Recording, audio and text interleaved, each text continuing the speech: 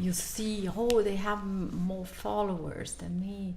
They are having more likes. So you have to avoid this kind of things. It's really concentrated in your stuff, because if it's good, will happen.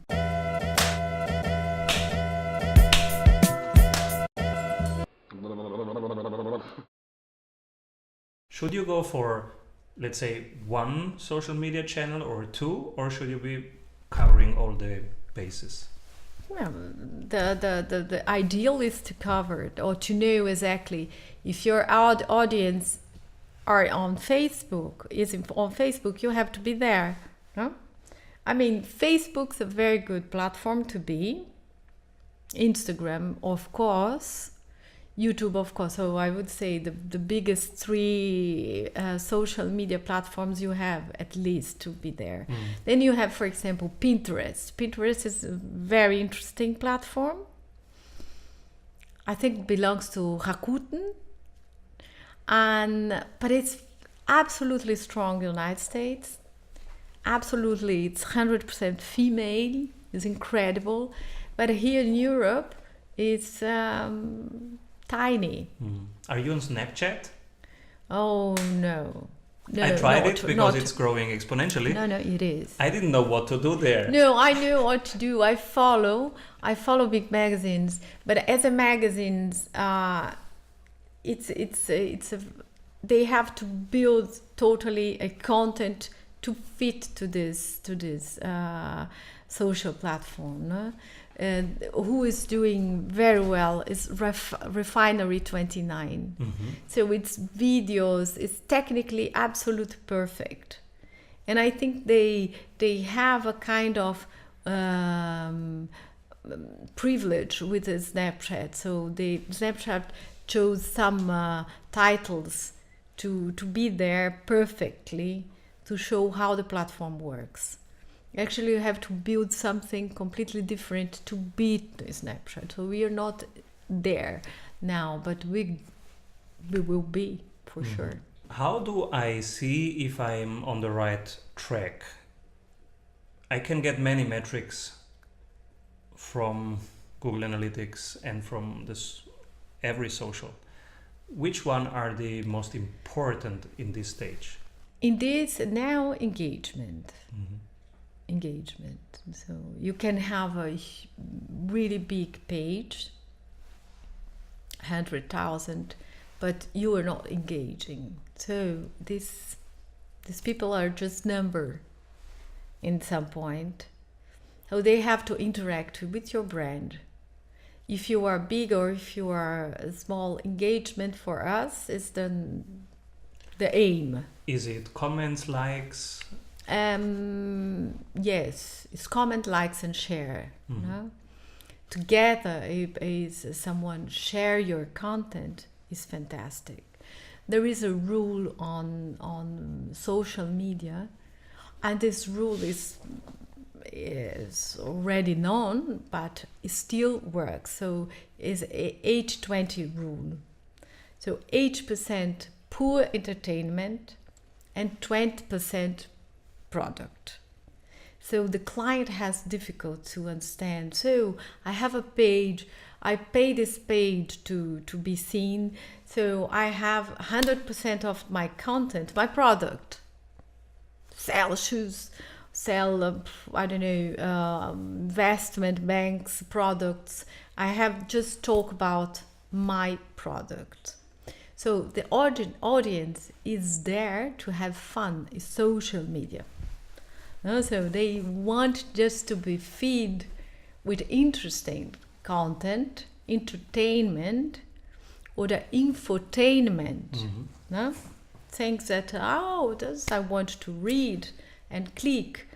And then after 3 times clicking something, of course they will click in your product as well. But it's just product, sell. They can put you out or go out to your page or just make you mute. No, so I don't want to receive the feed anymore.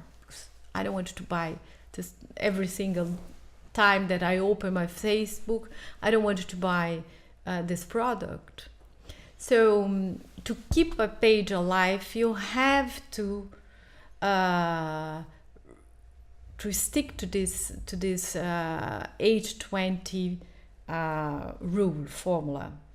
All our listeners and viewers, they post on Facebook and on LinkedIn and on YouTube, and they are all thinking about how can I make this shareable?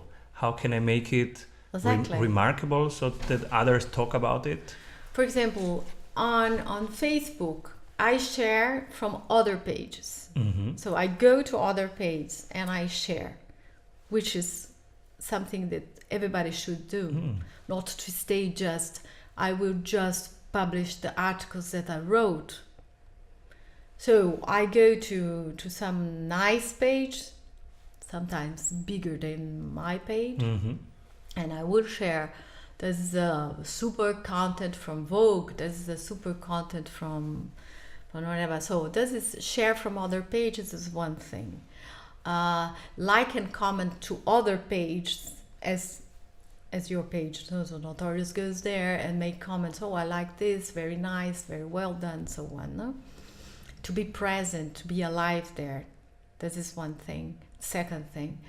Then I would say if I put 2 articles that I wrote from Notorious, I put a third link. This is just a stupid video, but very funny. You see, like a dog wearing a raincoat in the middle of the street and walking like so this is thousands of views. Bring people wants to laugh, people wants to have fun, and they come to the page, they like the content, and of course they will read something else there.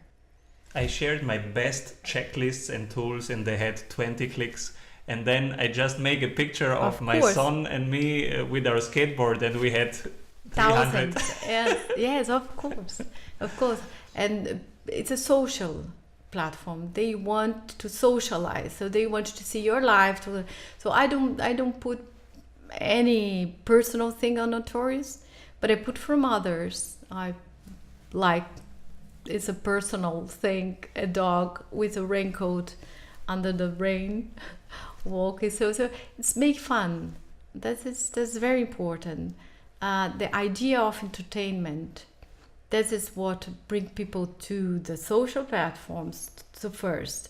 Second is the habit. It's clear they go there to get news. So if you don't open your newspaper anymore in the Frühstück, breakfast, the breakfast, you don't read your newspaper anymore. Probably you click your Facebook to see what's going on in the economics, Wirtschaft, tragedy, whatever, the things that you read in the. So the Facebook is almost a feed for news. So news, entertainment are the number ones, no? That in this thing, and then you bring your product, you bring your service, but first you have to deliver this kind of engagement. So I go to the Simon Severino place or page because I will get a very nice news there, and then you can in the middle sell your content there. 3 things a beginner should avoid when posting on socials. Should avoid be boring or insistent in read me, not the rest of the people. Should avoid to be too comparative. So I'm doing this, the others are doing better. Insist on what you are doing, and because social media introduced something very, very interesting in our business life. This is the comparison, the neidisch, no? You see, oh, they have more followers than me. They are having more likes. So you have to avoid this kind of things. It's really concentrated in your stuff, because if it's good, will happen? We made an error because we are beginners in this field, and we made an error. We made a YouTube error, and my employee, she's right now in Australia, Hannah, she called me and said, our analytics are going down, very down. And I said, what's going on? I will find out. So a couple of hours later, she calls and says, I found out what's happening. YouTube put us on their blacklist. Why? They think we are an online casino. Why do they think we are an online casino? Strategy show. And she said, because we had two tags, one was strategy and the other was investors. And their algorithm says these two tags together are highly likely that this is an online casino. So we were on the blacklist. And she could manage with their customer service that we are unblocked again. But these are things, I never heard them anyway. Yes, but it happens. In Instagram, some hashtags, if you use outfit of the day, for example, is probably one of the biggest hashtag that you have on Instagram. Millions, I don't know how many millions of hashtags, but they are used also for pornography. Because you cannot be that open on Instagram, no?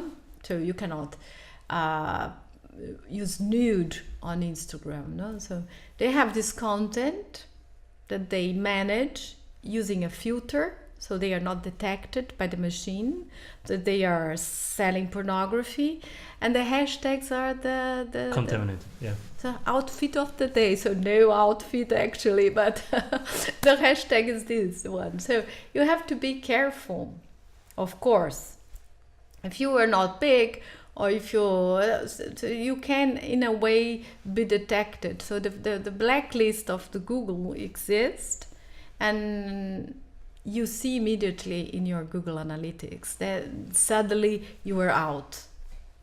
We did also some errors, and it's very sensitive. Someday you are not ranked anymore.